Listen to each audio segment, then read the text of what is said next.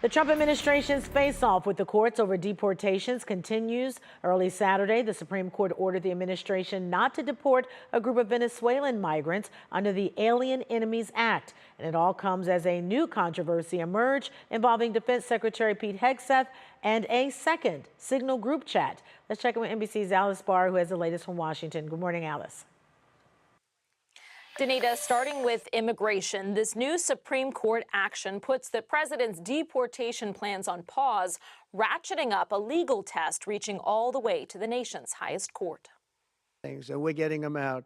President Trump's immigration policy again colliding with the courts after the Supreme Court paused the deportations of another group of Venezuelan migrants and alleged gang members. Lawyers representing the men say they're being denied hearings to argue their case, something the High Court previously ruled was required to deport under the Wartime Alien Enemies Act, which the administration wants to resume using, asking the justices to lift their hold. I'm not arguing right here that nobody should get due process. I'm just saying there's a different process under the Alien Enemies Act. Two conservative justices dissented with the court's pause, calling it unprecedented and legally questionable. President Trump again slamming the federal courts for derailing his immigration actions to stop what he called a sinister attack on our nation.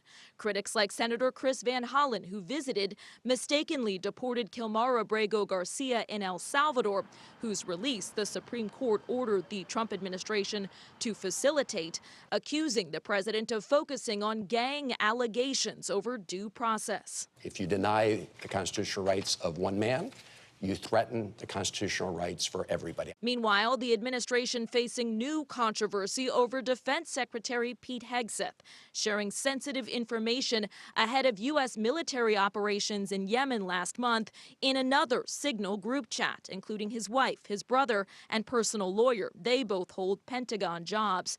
That's all according to two sources with knowledge of the matter. It was first reported by the New York Times. The White House saying there was no wrongdoing and no classified information shared. The Defense Department's acting inspector general is looking into the first Signal chat when a journalist was accidentally added to high-ranking Trump officials' sensitive military discussions on Yemen. The ranking Democrat on the Armed Services Committee is asking that this new reporting be added to the investigation. Danita? All right, Alice Barr reporting live from D.C. for us this morning. Thank you. Meanwhile, there were more protests in Northeast Ohio this weekend. In Cleveland's public square on Saturday, thousands rallied against the Trump administration's policies, condemning Trump's first 90 days in office. There was an anti-Trump protest in Akron as well yesterday, and millions of others gathered across the country.